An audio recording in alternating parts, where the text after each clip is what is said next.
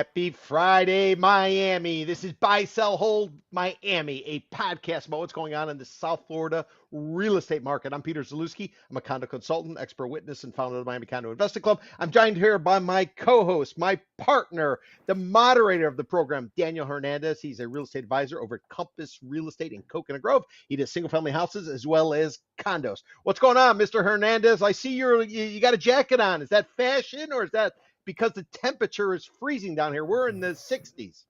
This is not fashion. This is mere survival. Sunday, I'm going to have to get the really big coat. You know, it's going to be like 35 degrees outside on Sunday. I hope you're talking about Celsius. I wish I was talking about Celsius. That's like the Middle East weather. That's where I was last week. But I am back on the East Coast of the United States today. And if you're just joining us for the first time, this is Buy, Sell, Hold Miami. And I know you can't see the rundown, because I don't know what's happening. There's some technical difficulties, and I'll fix that once Peter takes the reins. But in the bottom left of your screen, there's supposed to be a rundown. And what's the rundown? It's 5 topics that Peter and I pick week after week after week. From Monday, Tuesday, Wednesday, Thursday, getting a little close to the show. Friday, we solidify these topics, and they all back into South Florida real estate. And at the end of each topic, we either buy, we sell, or we hold, because we don't know. And we'll wait till next week or next month or next quarter. Maybe somebody's breaking ground next quarter, but we're about to talk about that. I'm excited. And we make a decision on what that topic's going to be. So jumping right into it, I just want to get a little bit of a, how do I put it, first month of the new year market update. Because a piece came out from Realtor.com that said that Miami is number one. We're always number one, Peter. We're always winning down here in South Florida. Miami's number one in buyer market. Miami is the top spot for home buyers. There are 47.1% more sellers than buyers, and that's the highest figure we've seen since 2013.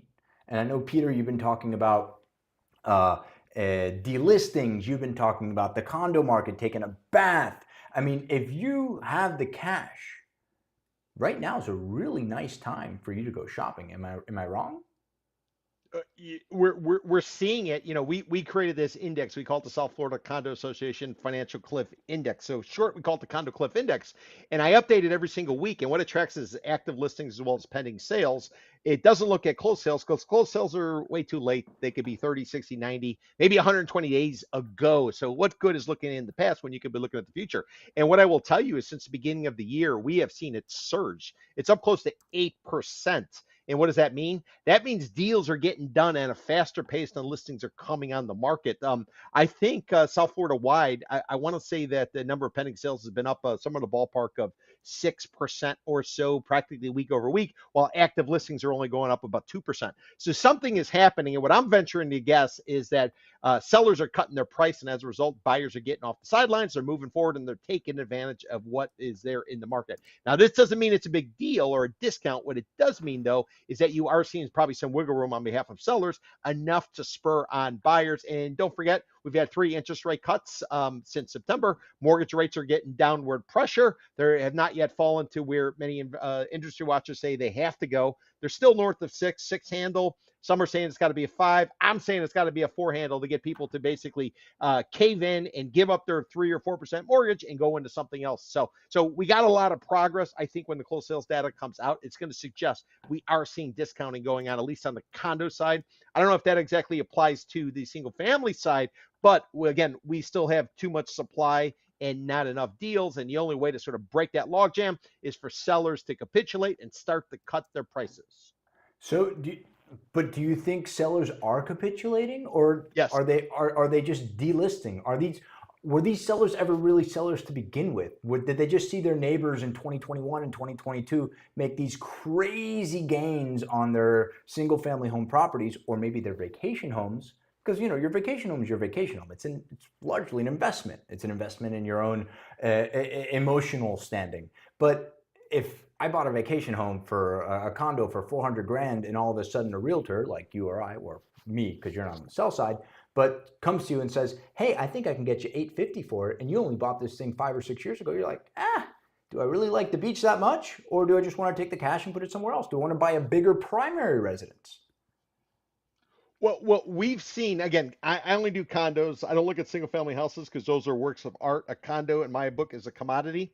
So looking at the condos, we've actually seen a big uptick. We're now over 26,000 listings in the Tri-County South Florida area. Whoa. Um, yeah. Before we were ready to broach the 25,000 number. We were actually getting ready to fall. But let's go back to April. April we were looking at about 29,000. So we went from about 29,000, we dipped down to about low 25, and now we've just surpassed 26,000, even though pending sales are rising relatively dramatically. Like week over week, pending sales are up 6% this Tuesday. That's just passed compared to the previous Tuesday. And since January, they basically have been heading upward. And as a result, our index is on its way up. It's gaining some momentum. Let's see how long it holds. Let's see if it does hold. But at this point, it's getting better. It's still a buyer's market, but the market is getting better overall if you are a seller in terms of moving your product. Now, what you're trading it for, we're not going to know that till 30, 60, 90, 120 days later.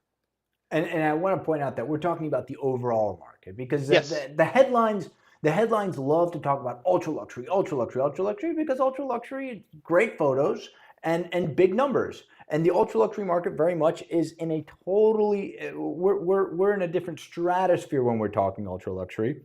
I Yes. mean, effectively define gravity, right? We've seen cash transactions, something like what was the figure I pointed out to you? 80% of transactions above $3,000 a square foot are all cash.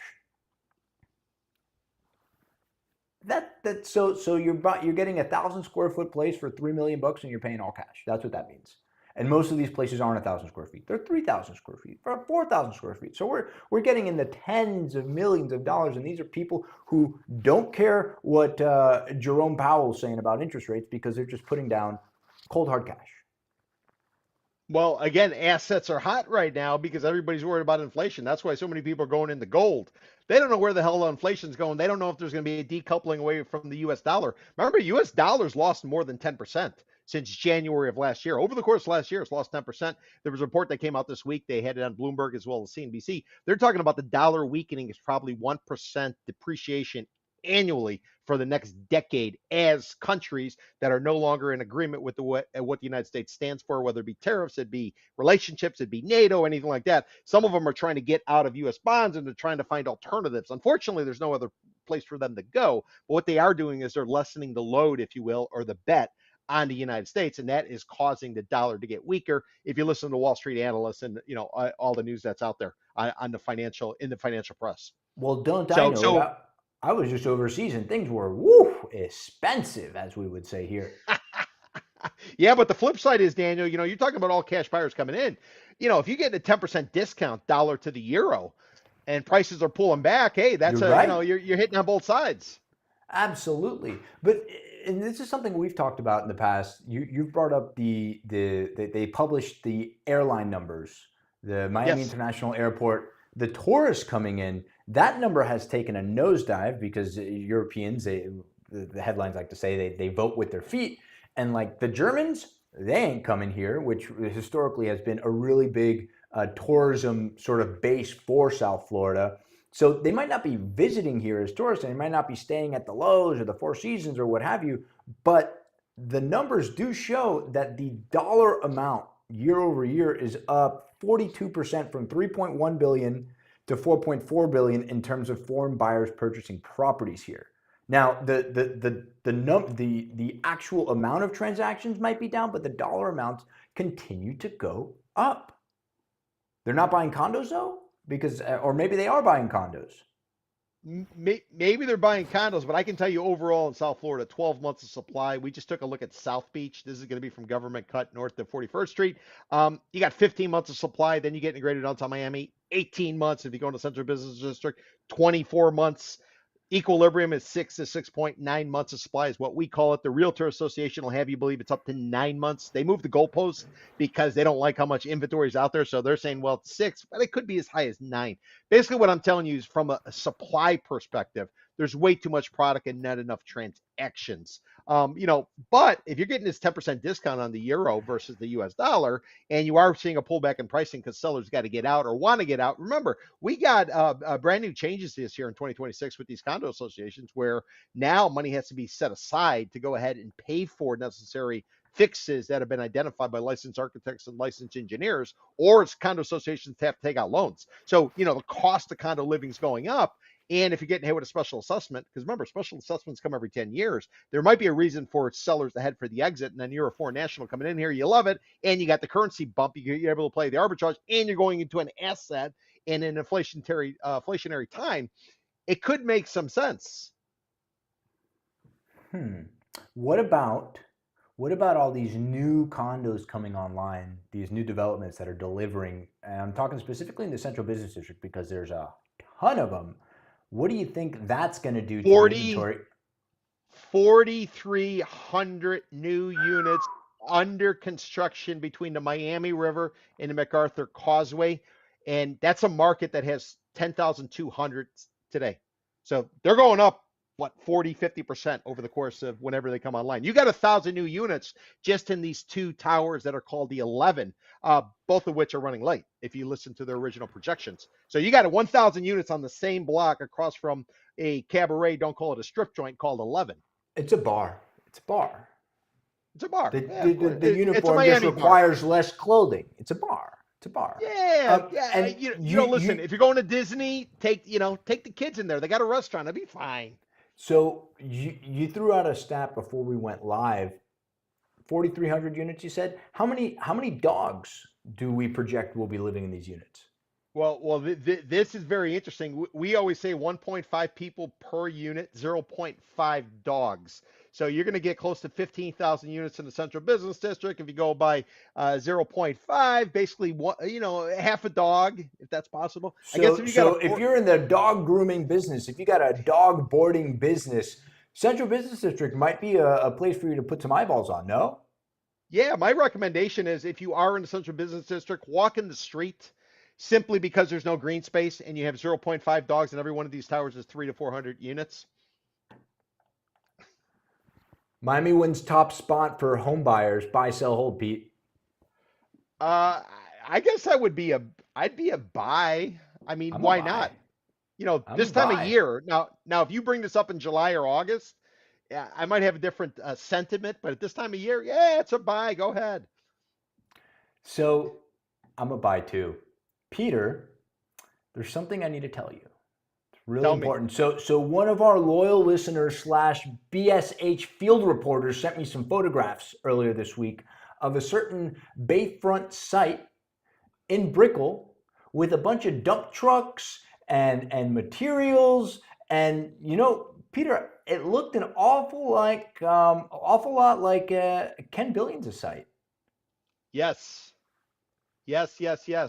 You told me that. I don't know if you want to set the scene and then you want me to get into the details.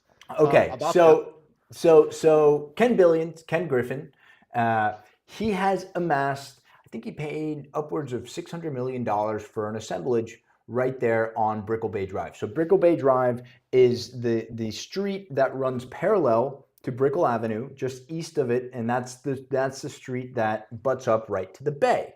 Now, a gentleman by the name of Tibber Hollow, Florida East Coast real estate. He's since passed away. Legend developer. He owned this plot of land for years and years and years. He in fact developed the plot right across the street and turned it into, I think it's the tallest residential building south of New York, and that's Panorama Towers. It's an apartment building.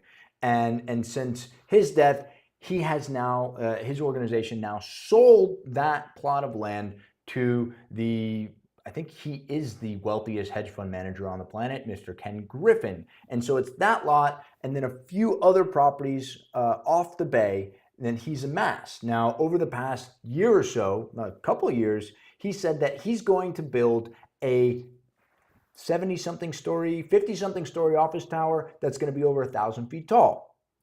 Peter has dutifully pointed out that he was supposed to break ground, per his own words, Q3 of last year. He did not. Now, he cited that $1 billion construction cost has now ballooned to $2.5 billion. And he cited designs and tariffs and, just typical construction stuff. But now, folks, there's movement. Is he doing it, or is it something else? Peter, what you said you had something in your pocket to show everybody. I got Not something that, in my guys. pocket to show.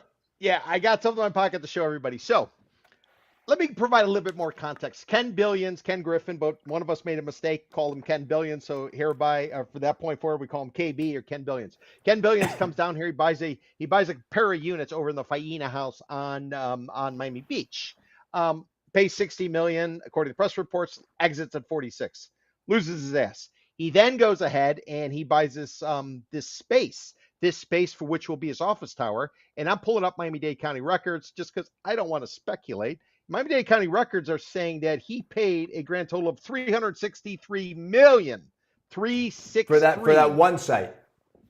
For that one site, and that site's about 109,000 square feet, for which he would be putting up a office tower. That office tower will then make Miami the financial capital of the United States, surpassing New York City, according to Mr. Griffin, when he came out and made that proclamation. He then followed suit. He took down a pair of houses right over there by between Ellis Wainwright Park, as well as the former Sylvester Stallone home, or an easy way to think of it is Vizcaya. He took that down, and he's had some problems there. So thus far, he hasn't had a lot of success. And what we've done is we've piled on, or I piled on, over and over and over. Every single thing he touches doesn't necessarily seem to work out. And we speculated last week, there were some reports coming out of the Real Deal saying that Mr. Griffin might be stepping forward and buying out Moshimana, who owns two large areas of property. One is like in what, Wynwood 30 area, or 40 acres over there in Wynwood, right? Yeah, massive. And I speculated, listen, I don't think he's saying anything if he is in play, because we keep beating him up. Not that he gives two shits about what we got to say, but, at some point you keep jabbering and you're not putting anything on the board, people are going to start to take shots at you, kind of like we delightfully have done. So when you send me the pictures and you tell me, listen, old man Griffin, Ken Billions is pulling the trigger on something, I say, this is kind of interesting. Let me go ahead and take a look. And I must admit, I was shocked to see Mr. Griffin went forward and he filed a notice of commencement. Anybody doing any kind of work, first thing you do is file a notice of commencement. You let everybody know. And you know what the notice of commencement was? What? For a brand new fence. A fence. Put a fence around the site. You put a fence. Okay. You have to put a fence to start construction. You can't just let people steal your stuff. So then I started digging. Once I saw there was a fence was up, I was like, are there any more notices of commencement? And as painfully as it is for me to say, there was another notice of commencement that was filed. Holy cow! There was another notice of commencement. I almost feel like I'm getting set up here, but I filed. I took a look at the additional notice of commencement. Let me read it to you verbatim. I want to make sure there's no confusion here. So notice of commencement was filed on the 26th of January. It's filed with the clerk of the court. Anybody who wants to play at home, just simply go to clerk of the court. You want to look up NOC. Name of the entity is like 1221 Brickell something. And what this notice of commencement says is they're putting up a new mixed-use tower. And what I find is interesting is the contractor, they're out of Tampa. They went to a Tampa general contractor to build this tower. Maybe the Miami GCs were just way too high. Maybe the Miami GCs didn't know if Ken could get over the line. Didn't speak English. Well, it could be that. So they're bringing in Keller North America, run by a guy called Jeremiah Filhonis, over on Waters Avenue in Tampa. So that's your new GC. So anybody on the ground here locally, you all lost a gig. Supposedly, if Mr. Griffin goes ahead and puts up this tower, and by the way, it says a new mixed-use tower. Doesn't really say the height. Doesn't really say if it. It's approved to 1,049 feet, right? That's like the FAA maximum top. He's going to build it as big as he can do it. It doesn't say here. It just says he's putting up typically what they'll do is they'll outline some things normally when they go forward. Now, why is this critical? Because normally you got to file this before you go ahead and do anything. So the permits could be in place and everything, but if you're actually going to put shovels in the ground, so that appears to be going on. Now, I don't know what the concerns are or the issues are related to permits or any of that type of stuff. Sometimes if you don't do something like move dirt, you could run into problems. So sometimes you just kind of have to move dirt, make it look like there's some activity. If you have any issues, I don't know if that applies here. But what I do know is it looks like Ken Griffin is finally stepping forward because of our criticism to him that everything he was saying was BS. And So he I do still want hasn't taken us out to lunch, Peter. I'm kind of hurt. we got to take a victory lap. We forced him, we bullied him into actually going forward with something, and I will take credit for that because we have been up his ass from the beginning of launching this podcast, which was back in what, May or June or April or something like that. We've been riding him hard on it, and he's finally stepped forward. Because if you remember the last interview he did, Daniel, he said he's going to break ground by the end of 2026. And I like to think that we are the cause. We are the catalyst, Daniel. So high five to you, my friend. I'd love to take credit for it, but I got to point out some facts, or just Please. a fact. The recognition that Santander, the Spanish bank, is putting up their headquarters right across the street. And Santander, and so this, along together with Ken Griffin's project, would add 2.4 million square feet of office space. And for anybody who doesn't really know what that looks like, it's a lot.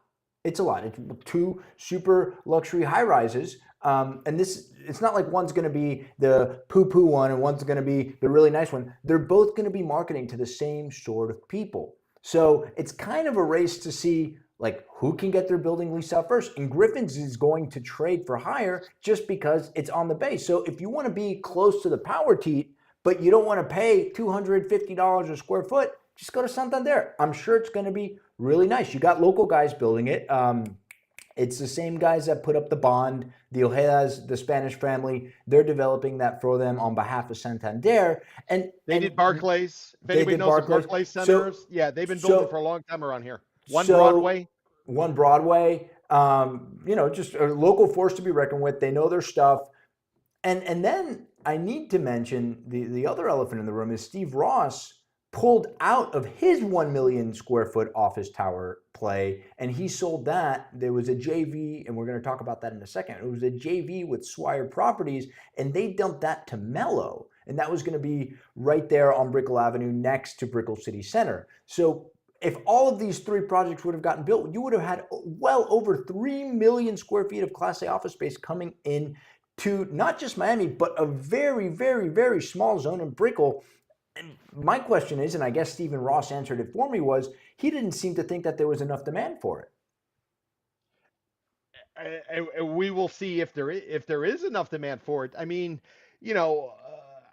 I'm not a Chamber of Commerce type of guy, so I'm not necessarily. I got to see Griffin put a shovel in the ground.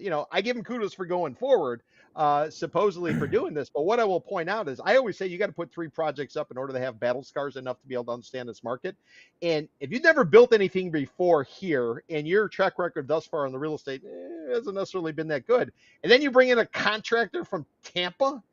What could possibly go wrong, Daniel? What could possibly go wrong? Everything can go wrong.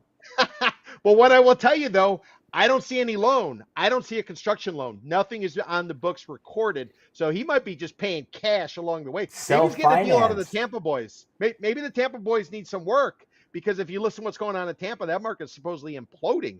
And if it's imploding, maybe the contractor's like, screw it. Let's go in. We'll give him a discount if he pays cash. Kind of like if you go into like an electronics store on Flagler. Well, it used to be Flagler, and you offer a little cash versus, you cut a deal. I don't know. I'm just saying. But no construction loan has been recorded, but a notice of commencement has been, and it was recorded on the 26th of January, so effectively this week.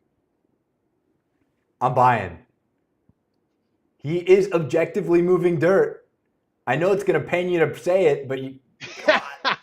Listen, I am buying on the fact that we forced him into it. That's what I want to claim. And unless he comes out and denies it, that's what I'm running with. All right, then. I'm a buy.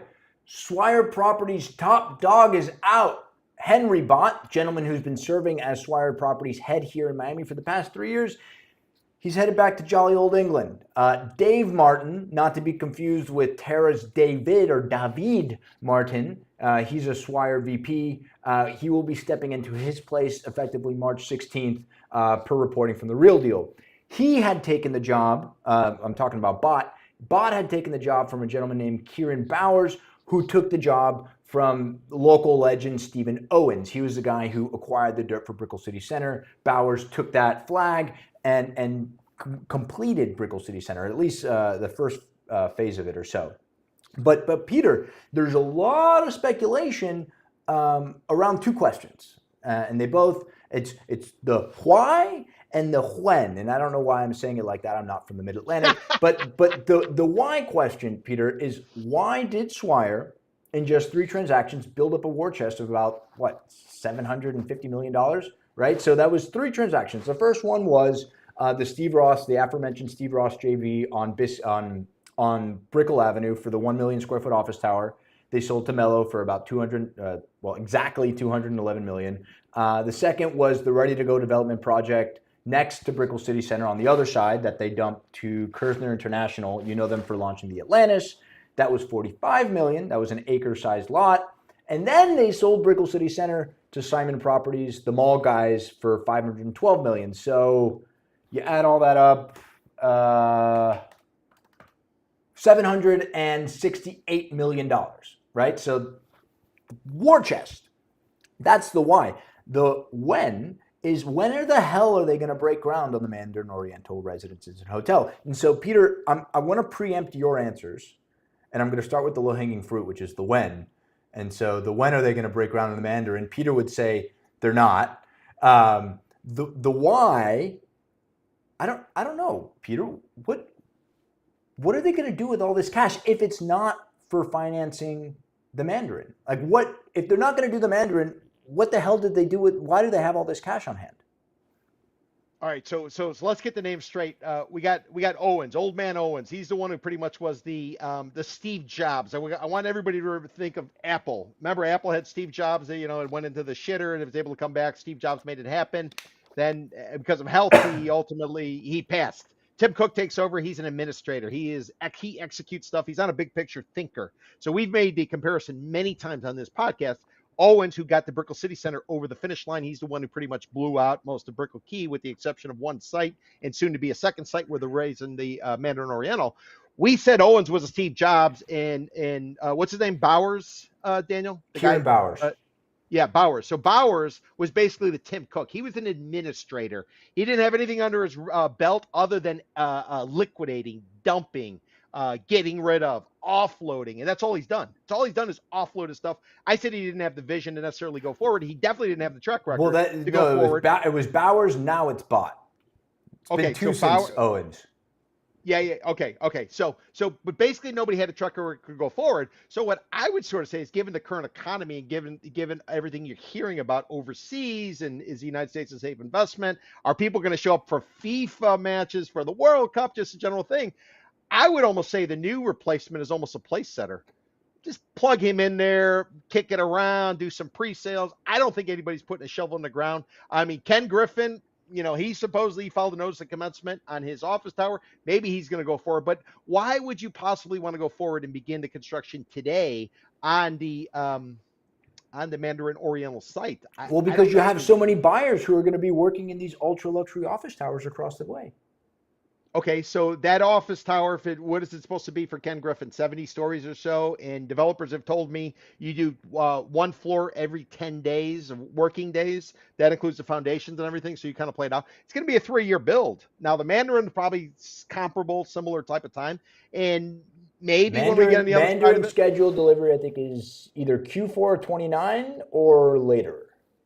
Yeah, it's probably going to have a 3 handle that decade by the time they actually come online with it. I would just sort of say this is a very prudent approach. Put in a placeholder, a gentleman who's got a little bit of a track record here. Pull back the people back to London or Hong Kong, wherever they're going. They got cash. They were able to execute. They got dry powder. This market goes sideways, so probably, who knows, maybe look to repurchase what they had sold originally. You just never know. I mean, the deal's made on the buy. It's not made necessarily on the sell. And because Steve Owens does such a great job, Swire was able to put some cash in the sack, if you will. And I wouldn't be surprised if they don't circle back. But I don't see him going forward on that tower. And I've been adamant about it. And I also think, Daniel, we need to take a victory lap, because on this podcast, we were also talking about how it wasn't going to go forward. And now you got to change the management. Well, I don't know if it's going to go forward. I think it's going to go forward, but I didn't see Bot having the cojones to do it.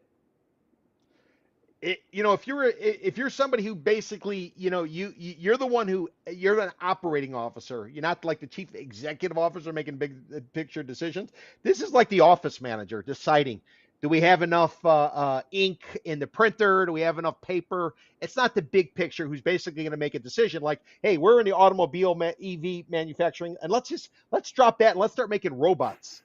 You're not going to get that from Did the somebody people just who are say in that place right recently? now. Yeah, I think they did. Yeah. Exactly. So I think it's about laying low. I think it's about keeping the powder dry and watching for the opportunities. And if you need to move dirt and do some stuff, that might happen. I think the most realistic approach is they'll probably end up JVing because you don't have the track record of anybody in-house now at Swire, in my opinion, that would be able to go ahead and put this up. Unless they bring in somebody, but they're probably going to JV is what I would venture to guess. So you think they're going to JV? I wonder who Yeah. would take up the reins on that. Well, Flip a coin, it's probably David Martin. Yeah, it'd probably be the usual offenders. Or, who knows? The Mellows have put up a ton of towers. And for but the Mellows aren't an ultra luxury. I love the Mellows. They build great stuff.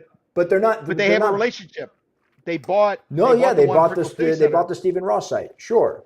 And I don't know what they plan on doing with that. Maybe it's just a land bank. Maybe it's just a Genting land banking play. That land is only going to continue to get more valuable until it doesn't. If they can't develop it, then it's just burning a hole in their pocket. But I'm sure there were a bunch of people bidding on that site. I don't know anything. I don't have any inside information about the price paid. But to choose one buyer versus another, a lot of times, at least in deals I've been in, and I've never been in a deal with 9 figures. But when you get into those types of deals, then it does come down to favoritism. It's not necessarily always money. Look at what's going on right now with Netflix and Paramount in terms of trying to buy the Warner Brothers portfolio, the catalog. So there is a little element in there. I wouldn't be surprised, long shot. Maybe you get a Mellows in there to JV on Swire. Now, this is pure speculation on my part. I'm thinking big picture, but I don't know who on the ground at Swire now has the ability to go forward and put up a tower that's residential oriented. Maybe they're all still around, but that Brickell City Center, that damn thing got started 20 years ago, 15 years ago. And are the people still around, or do they tap out and retire? Remember, we had a pandemic in between. So is everybody still around? And that's the question. And if they're not, what do you really got? You got a piece of dirt, and what do you do with a piece of dirt if you don't know what the hell to do with it? You JV with somebody else. Swire Property USA, top dog is out. Buy, sell, hold. Oh, I'm a buy on that. Remember, placeholder. Placeholder. So wouldn't that tell me to hold? I want to hold and see. No, you got to roll the dice sometimes. You got to be a little fuck aggressive. it. All right. Speaking of bidding, the Regalia auction do-over. So this happened very quickly, folks. So I think it was even well into December. Bohemi, that was his name, the Brazilian guy, right? 340 Biscayne. Yeah. So Bohemi, Gilberto Bohemi, right? So he buys this lot back in 2014, 2015. There was a sale leaseback. He wanted to build a World Trade Center building on it. Never happened. Winds up getting Arquitectonica to design and I have it in my notes here, it was going to be a 935-foot tower with 400 residential units, 240 keys of hotels, and 516,000 square feet of offices, more offices, and retail. Project never got built. So this guy defaults on a $70 million loan. Loan man comes a knocking. It winds up going to auction. The loan, the financiers had a credit bid at the auction for $77 million, which they in turn won. And then somebody cried a foul and said that there were technical difficulties on the auction website, just like we have sometimes here on Buy, Sell, Hold, just with more zeros at the end of those for the consequences. And so as a result, they have to run the auction again. The lender, the financiers, win the auction, but this time they had to pay $95 million, Peter. So instead of $77 million, they have to pay $95, resulting in an $18 million increase in their spend. Now, fully entitled project right there on Biscayne, architectonica design. If they believe they can sell it and they can break ground on it, I don't really think that that's a bad deal, considering that we underwrote the Trump Library site at what, 300 and something $1 million. 368 million. So $95 million for an entitled development site, pretty much down the street, seems like a good deal.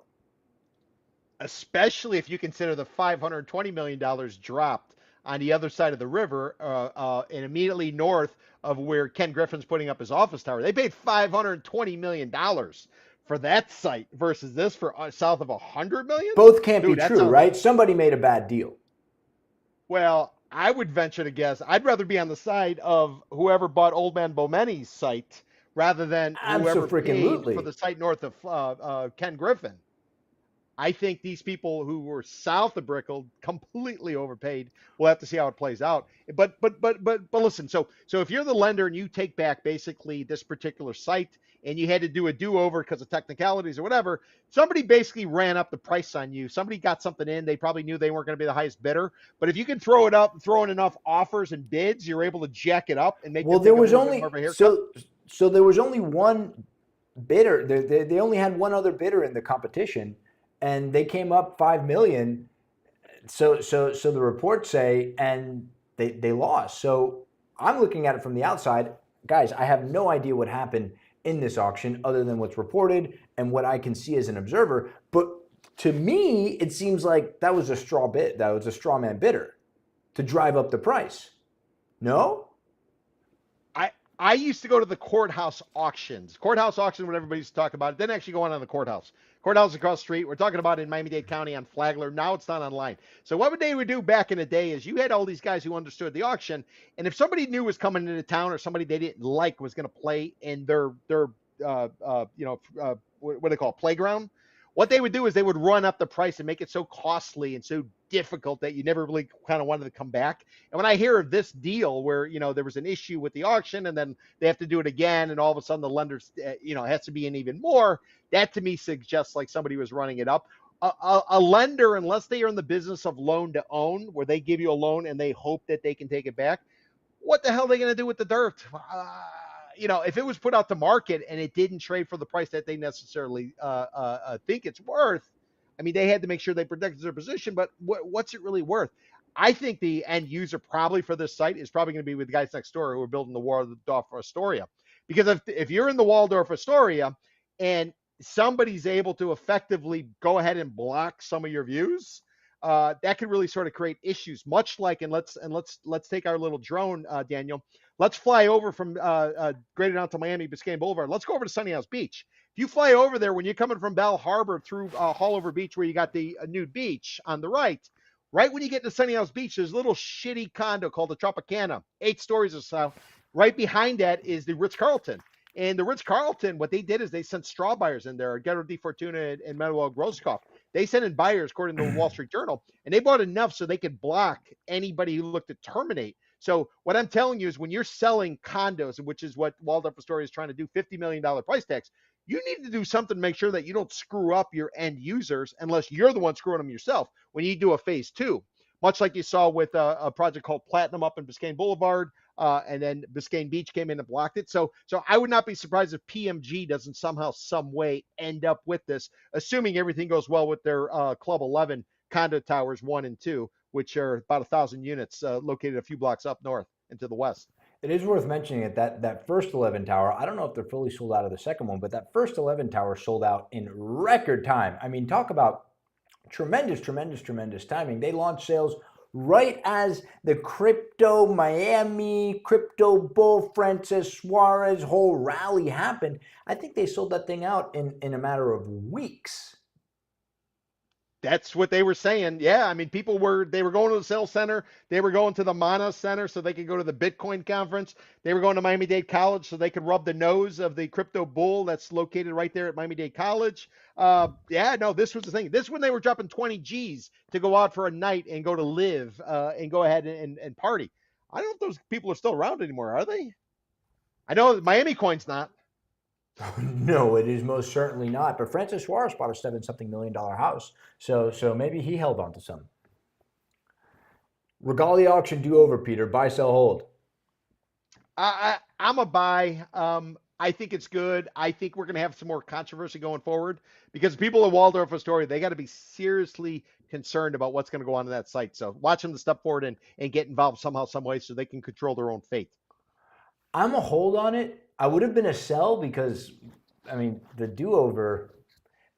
Something weird happened there. Somebody pissed off somebody and was like, "I'm gonna make you pay more for this site," and they made it happen. And to your point about the Waldorf, I wasn't thinking that at all. But it's a great observation to make.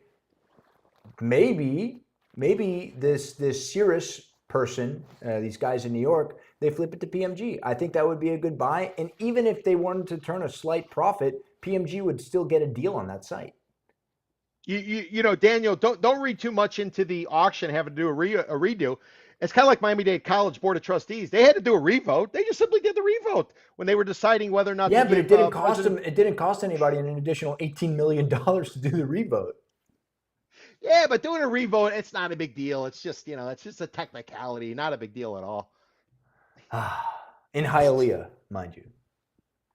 At 8 a.m. All right, you're a buy. I'm a hold. Peter, do you know what YIGBY means? It's an acronym. Yigby. I think penicillin can probably cure that. No. We're live, Peter. We're live. It's okay. We're not run by the FCC. At least I don't think we are. YIGBY, Peter, stands for Yes in God's Backyard. And we're not a religious organization. But Ralph Rosado wants to, and he proposed this at the commission meeting, and it went down in flames. But he wanted to propose, or he did propose, a new ordinance to allow for developers to build on civic land. Civic land, hospitals, schools, government-owned land, but more importantly, churches. So churches own land. We've talked about the Nobu Hotel site or the Nobu Residences site going up there on Brickell Avenue. I think the address is 619 Brickell.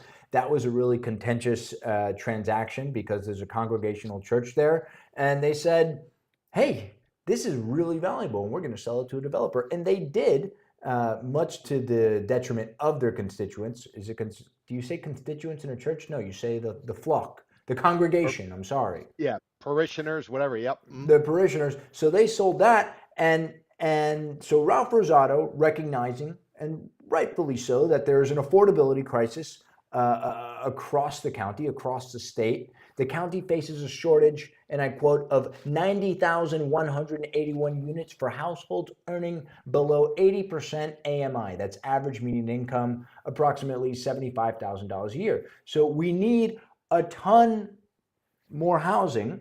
And so Ralph Rosado says, well, hey, everybody's talking about moving the UDB. Well, why don't we just build on these church sites? And, well, it didn't go over so well.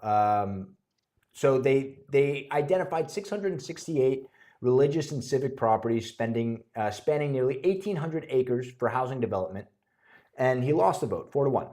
Commissioner Christine King came down particularly hard on the proposal because her District 5 contains 247 of the 668 identified parcels. But what I really think this is all about, and I want you to chime in on it before, and then I'll get off my soapbox. I think it's all about Mercy Hospital. 72 Ooh. acres, 72 acres on the bay, and it's owned by the Archdiocese. Why not just turn it into condos? Because, Peter, you were telling me about a proposal, what was that, 15, 20 years ago? They were trying to put up condos there? Yeah. George Perez wanted to put up condos on the Mercy site. If anybody doesn't know Mercy Hospital site, it's going to be located just south of the Vizcaya. There's a church and a high school there where Francis Suarez, our former mayor, when he was running for presidential election, that's where he recorded this video where he was sprinting around the track. So there's a high school there, there's a church, and then you have Mercy Hospital. And there's also housing for the Archdiocese. Now, I think the hospital was actually sold. HCA bought it, but I don't know about the church. That's right. Yeah. Yeah, I don't know about the dirt. I don't know what the rights are. I don't know what the rules are. But you want to talk about great dirt? If in fact you ever go to Mercy Hospital, when you're driving around, you're going to go drive right by Ugo Colombo's project, the one he's advertising on US 1 and 27th above the Bake Shack, a Hey, place called. it's working. But you will see beautiful shots of Ugo's project there. You'll see Grovile, things like that. But yeah, roughly about a decade ago, so George Perez, he tried to build something there. I want to say there was a lawsuit involved, and as part of the lawsuit at the time, one of the questions that came up was about George Perez's book. He wrote a book, much like Donald Trump did, talking about what it takes to be a successful developer. He got on the witness stand, and there was a big article at the time because he on the under oath he had to say that he didn't actually write it. He had a ghostwriter. So I do remember that, but the Grovites stood up. They fought back against that project. That project ultimately got shelved. But if you are going to build condos on community space, why don't we put up some condos on Vizcaya? I mean, just screw it. Just build on Vizcaya, build on the church, build on the hospital. Just put it up. We don't have enough housing. I think it would ultimately be a great idea. Yeah, there you go. You can see Vida. You can see But Mercy. it's massive, 72 acres. So you got LaSalle High School there, you got Yep. Mercy, and then you got the church. Yes. So I think that this whole Ralph Rosado play, bless his heart, he's so concerned about the constituents. But I think somebody's trying to make a play for Mercy, and this would have been directly affected by the passing of this ordinance. And it would make sense. I mean, listen, if the archdiocese was trying to sell it 10 years ago, just imagine what they can get in terms of for the dirt right now.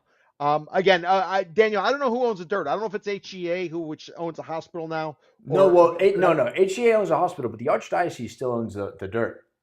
they own the dirt. So the hospital is separate from the dirt. Okay, all right. Mm. So and Eileen. So here's the other thing.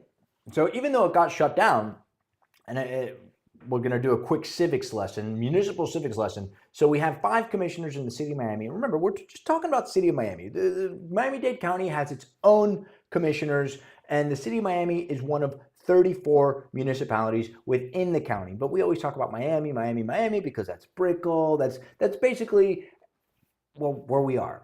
It's Coconut Grove, it's Brickell, it's downtown, Edgewater. And then if you want to go into the other municipalities, there are their own little rules, regulations, and ordinances. But in the case of the city of Miami, civics lesson is that the mayor, it's a weak mayor. It's not a strong mayor. I'm not saying Eileen Higgins is weak, but her position is weak. She doesn't have a vote on the commission. She has veto power, and she can speak, and she can say what she wants.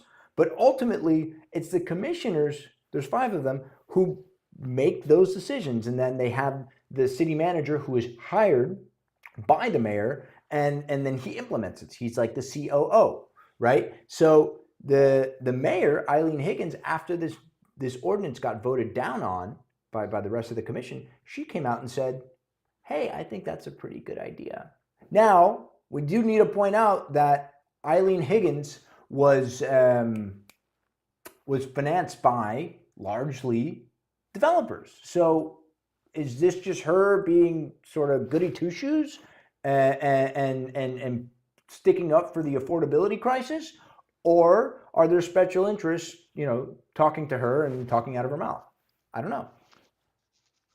Okay, so what I would say is let's go back to Mercy Hospital. Okay, so you got the Archbishop who's announced his retirement, or he's notified the Pope he's going to be retiring.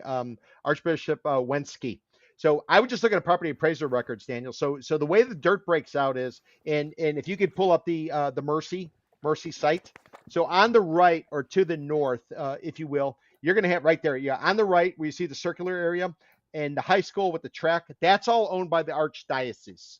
Now the So this hospital is whole owned piece by here.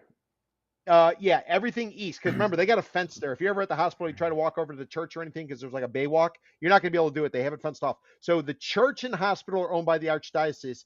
The hospital is owned by HCA out of Nashville, Tennessee. Now, when we get to the south side, if you will, where you're going to see like where that turn is, and you start to get closer where Ugo Colombo's got his Porta Vida.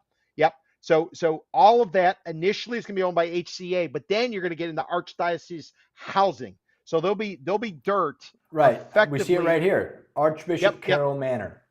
Correct. That is the part that's owned by the archdiocese. And if memory serves me correct, that's in and around where Related Group was going to put up the condo back then. So that would make Got sense. it. Again, think Stephen Owen.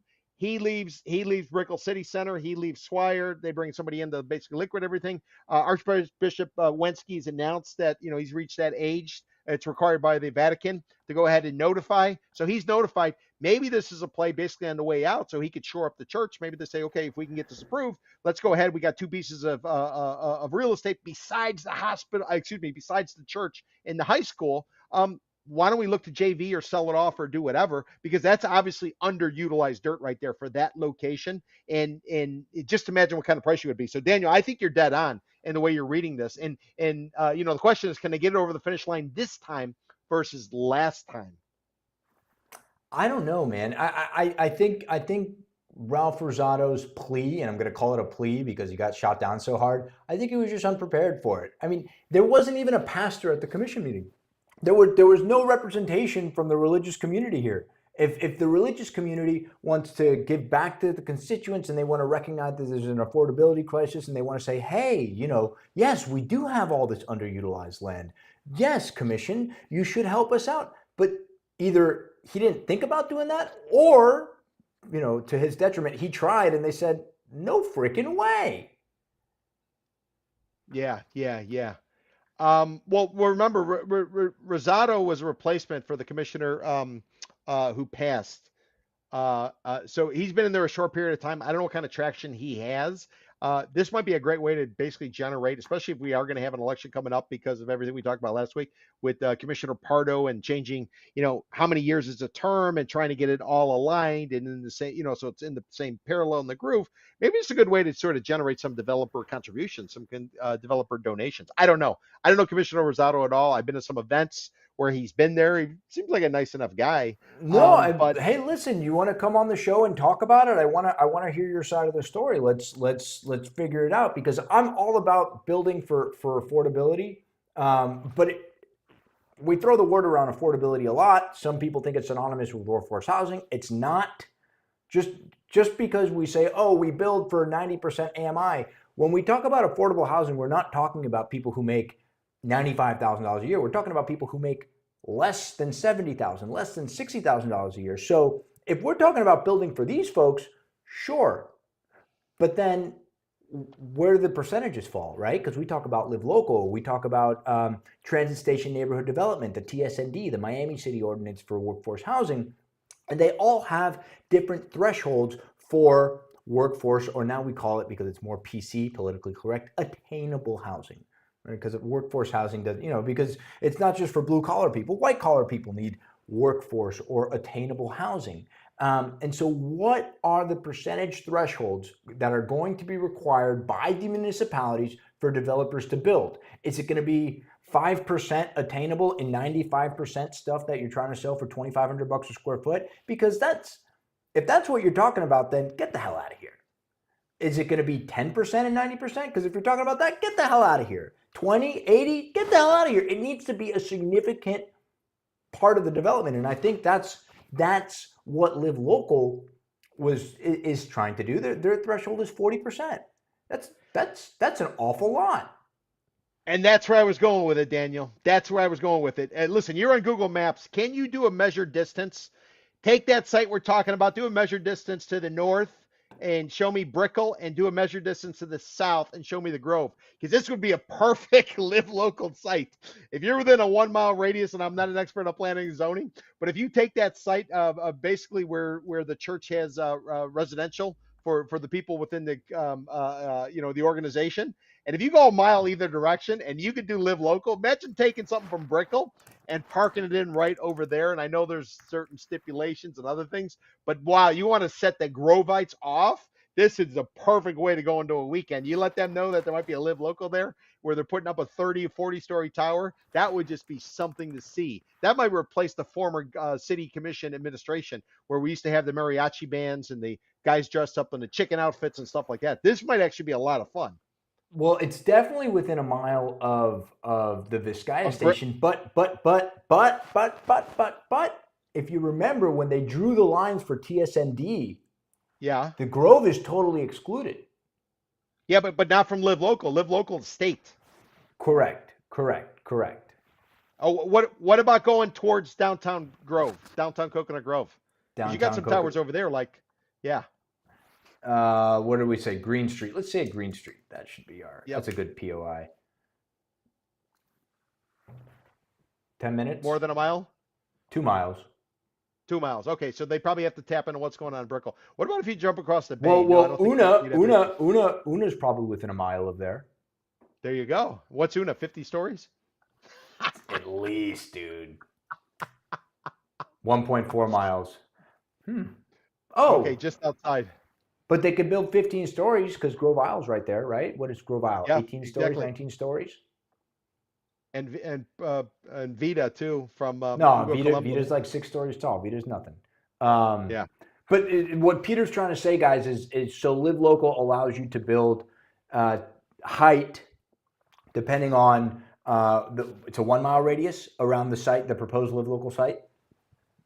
Yes. So guys, if Uno would have been within 1 mile, they could have effectively or theoretically built as tall as Una and still qualified for all the Live Local developer benefits, the tax abatements, yada yada yada yada yada.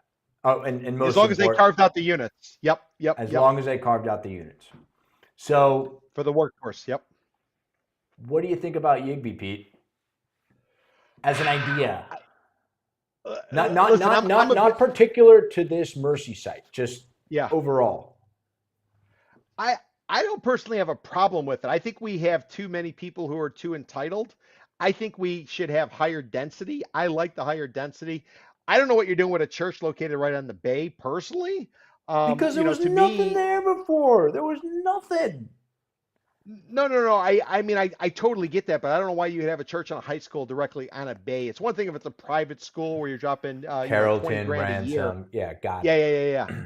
But the church though, I don't know. I mean, if it were me, I would, and I'm the archdiocese, I'd be dumping it, and I'd be going elsewhere. But I am not against churches being able to maximize. And there are examples, Daniel. Let me give you three examples of churches doing this. One is where the Elser is in downtown Miami, right over there across from the port entrance. There's a building called the Elser. There was a church there. They knocked it down as part of the deal. Besides taking all the cash from PMG, they had him build a little chapel. Another one is going to be in Coral Gables. Alan Morris, he bought out a church and he put up an office tower and he incorporated some of the stuff from the stained glass and other things from the church into the office building. So that's a second example. And the third one would be the boys over at Unity Church. Remember where we got we were talking about Biscayne 21 and the addition. Well, Yeah, right across from there, was you the had old Unity Church. seminary was over there, right? Well, that's another one. That's the one that the gentleman from Una and Bassoni, Bahia, put up. That was a church. They dumped that. But I'm talking about Unity right there between 22nd and 21st, right by where Paramount Bay is, where they shot Something About Mary. If any of you are old timers, you remember that movie, Something About Mary. Right over there, the church sold out, made a bundle, and now they're leasing over from a Mellow site. So, churches that are smart, they're dumping. They're taking the cash and Well, then because they're it's cutting more the deal money with the than they've developer. ever seen before. Kind of like what Miami-Dade College was trying to do under Dr. Padron when they secured the real estate and then they were going to be just able to gave it have. away for free instead. That was smart. Good job, guys. Fantastic. Awesome. Sorry, didn't mean to trigger anybody, but this is what I'm saying. These organizations are very smart. They had the dirt and they're able to basically ensure their future because of that. And that's a critical part. Yep, you're talking about the monastery right there. It's on both sides. Yep. And then if you look at Unity Church, which isn't far, Daniel, just go off of 22nd of Biscayne. I'll show you that site right next to where the addition is. So yeah, and there's also one in the Design District, a church sold out right across from Unity Church, 19th Street. No, go to 22nd. Maybe Unity on the Bay, right there. Yeah. Let's see if it's still standing. No, it's on the other side. Go east. Here we go. Right over there by the water, a little bit north. They moved, a little bit north. To the it's going to be plugged in there because that's Paramount Bay. There's a little block. There's a you see the roadway and there's a building that goes over both sides of the roadway. Yeah, if you right zoom here. in, So that's effectively where the church was. They sold it out, and they were able to go ahead and move elsewhere. I want to say they're off 19th now, or not 19th. They're right by Miami-Dade College, right by the federal prison. I think they're renting from Mellows. But yeah, Unity Church cashed in. So I mean, listen, taking that church land and giving the congregations or the organizations or the temples or whatever the place of worship is the ability to get into housing, or whether it's for their own people and or it's anybody in the community, I think it's a good thing. It's a good thing. Let's add some alternative type of housing is what I say. I'm into it too, but and I know I told you not to just think exclusively about the mercy thing, but I can't get my mind off of it. As it sits right now, and I'm with the rest of the commissioners, I think it smells a little fishy. I'm selling its current iteration. But go back to the drawing board, call Peter and I, and let's make it better. Because there is an affordability crisis. There is an affordability crisis. Yeah, I'd probably be a hold on it just because I'm, in theory, philosophically, I like the idea, but it's about the shenanigans and how that kind But of you plays can't out. get around the shenanigans. This is the city of Yeah. Miami we're talking about here. And again, Related tried to build there back in like 2013, 14, 15, 16, somewhere right around there. And there was a big lawsuit and there was all kinds of stuff that came with the Mercy site. All right, so you're holding, I'm selling. Wow, Peter, you're rubbing off on me in 2026. Folks, that's the end of our show today. Thanks for coming. Thanks for hanging. We're getting pretty good on time, just keeping it at just about an hour because we know you want to get home to your kids or maybe to your happy hour with your friends or maybe happy hour with your kids if you're that kind of person. But in any case, this is Buy, Sell, Hold. This is episode number 37. It is January the 30th, 2026, and we will see you all next Friday. Ciao.